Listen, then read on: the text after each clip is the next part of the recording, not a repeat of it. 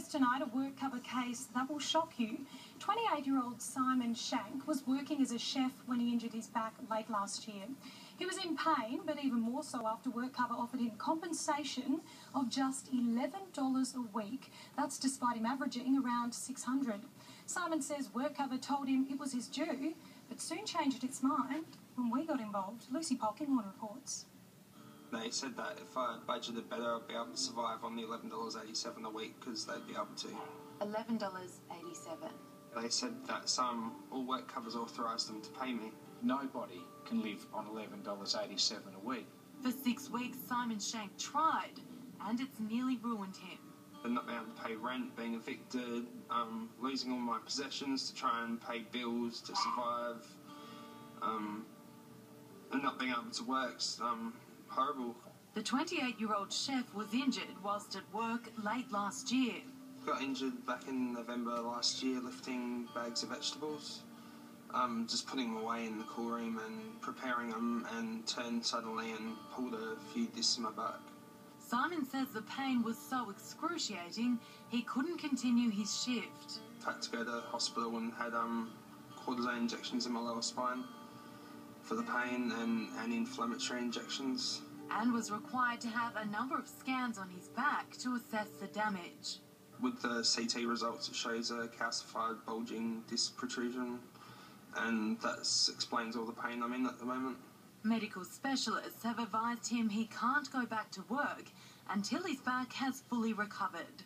They said you can't be on your feet all day because that will compress your discs even more, and basically within 10 years you could be in a wheelchair if your nerves get that damage that control your walking.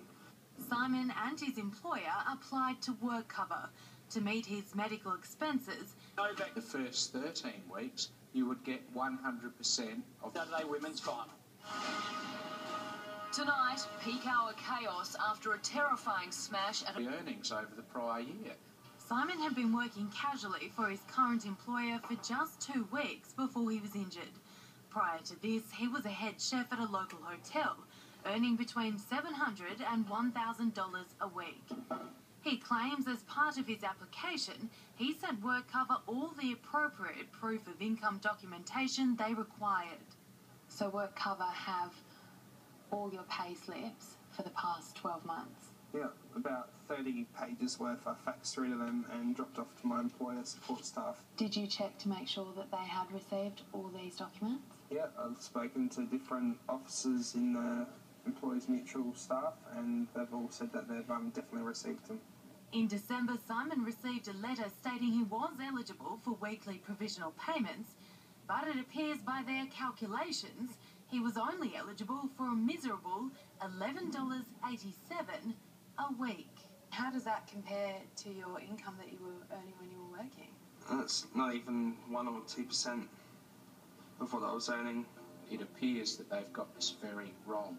When he complained, he says the only advice he received was, if I was a smart person, I would have saved up a couple of thousand to have there in case of something like this happening, that you'd be able to support yourself. But I thought that's what WorkCover's there for.